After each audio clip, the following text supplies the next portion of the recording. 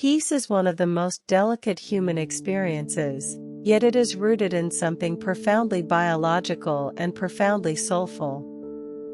We often imagine peace as a distant state, something that will arrive only when life becomes easier, gentler, or more predictable.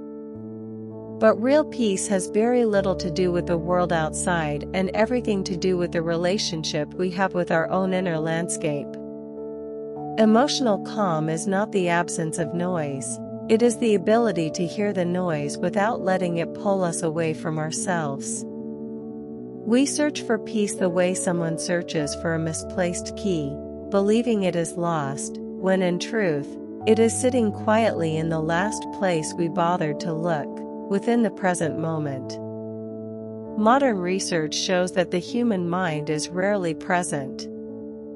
A landmark Harvard study revealed that people spend nearly 47% of their waking lives mentally elsewhere, lost in memories, fears, fantasies, and scattered thoughts. And the study discovered something unexpected: people were less happy when their minds wandered, no matter what they were doing. The conclusion was simple but profound. A wandering mind is an unsettled mind. Peace does not thrive in the constant drift away from the present. It grows when we return, again and again, to what is here right now. Presence is not about forcing the mind to be still. It is about gently guiding it back, the way you would guide a child who keeps running ahead on a quiet path. But returning is not simple. Stillness can feel like confrontation. When you stop moving, when you stop performing, and yet, peace is not about escaping the world. It is about learning to stay grounded in the middle of it.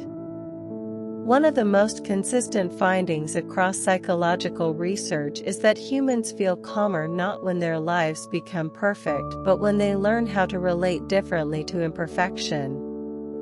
Mindfulness-based stress reduction, developed by Jon Kabat-Zinn and studied across hundreds of trials, shows again and again that present moment awareness lowers anxiety, reduces anger, softens emotional reactivity, and increases inner steadiness. The real power of mindfulness is not in the practice itself but in the shift it creates. Life stops being something you brace against and becomes something you participate in. Staying present is a gentle discipline. It is the practice of saying, "This moment is enough," even when it feels incomplete. It is the art of noticing the warmth of light on your skin, the rhythm of your breath, the subtle sounds of life happening around you. When you slow down enough to notice the small details, your nervous system begins to settle. Peace enters not in grand revelations but in quiet recognitions, the kind that feel like remembering something ancient and familiar. Research from the University of Michigan found that even 20 minutes in nature significantly reduces cortisol levels. The smell of soil, the sound of leaves, the soft unpredictability of natural. Physiologically, peace is not mysterious at all. It is the shift from the sympathetic nervous system, which prepares the body to fight or run, into the parasympathetic system, which restores, repairs, and softens. Dr. Herbert Benson of Harvard Medical School spent decades studying what he called the relaxation response. He found that slow breathing, calm repetition, and simple mindfulness techniques lowered heart rate, reduced cortisol, quieted brain activity, and softened muscular tension. Peace is not an abstract dream. It is a measurable change in the chemistry of the body. When you breathe slowly, when you sit still, when you release the jaw and soften your gaze, you are telling your body, "You are safe now." And the body listens. Yet our lives rarely allow that remembering. We live in a world that trains us to stay on high alert. The average person checks their phone more than 90 times a day. Every notification is a tiny spark of adrenaline, a small disruption that keeps the nervous system slightly tense. Over time, these small jolts accumulate into chronic stress. A study from the University of California found that constant digital interruption increases cortisol levels and decreases emotional resilience. When your mind is being tugged in a dozen directions every hour, calmness becomes a foreign language. Peace CA. But peace is also deeply emotional. It is tied to the way we treat ourselves. Many people carry a harsh inner voice, a critic that whispers you are not enough, you are behind, you are failing, you should be better by now. This voice is one of the greatest thieves of peace. Self-compassion research led by Dr. Kristin Neff shows that treating oneself with the same kindness offered to a friend dramatically lowers stress, reduces rumination, and increases emotional stability. The research is clear: people who are gentle with themselves recover more quickly from setbacks, regulate their emotions more effectively, and experience more inner calm. You cannot shame yourself into peace.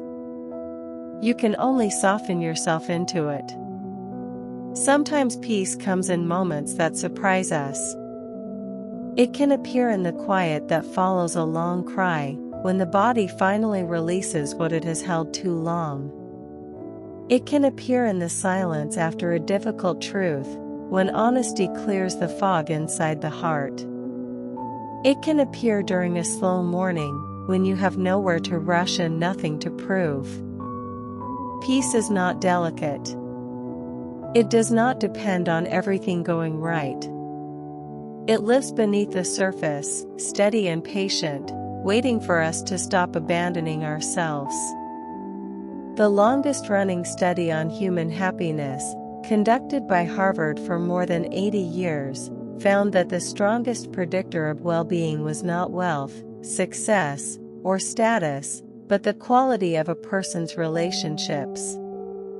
Peace grows where connection is safe. When you feel understood, your nervous system relaxes. When you belong, even quietly, the world feels less threatening. Peace is not only an individual experience, it is also relational. We calm each other. Beneath the noise, behind the tension, underneath the layers of fear and expectation. It is quiet but present. It is patient. It waits for the moment you stop running. It waits for the moment you are willing to feel what you feel. It waits for the moment you realize you do not need to earn your own gentleness. Peace begins as a return to breath, a return to presence, a return to the simple truth that this moment, imperfect as it is the only place life is happening. And when you allow yourself to be here fully, without armor, without judgment, without the endless pressure to be more, peace slowly rises. It rises like a tide, like a memory, like a friend you thought you lost. Peace does not need perfection. It needs honesty. It needs slowness. It needs you. In this quiet truth, we remember the gentle rhythm of being. In this quiet truth. Thank you so much for watching the video.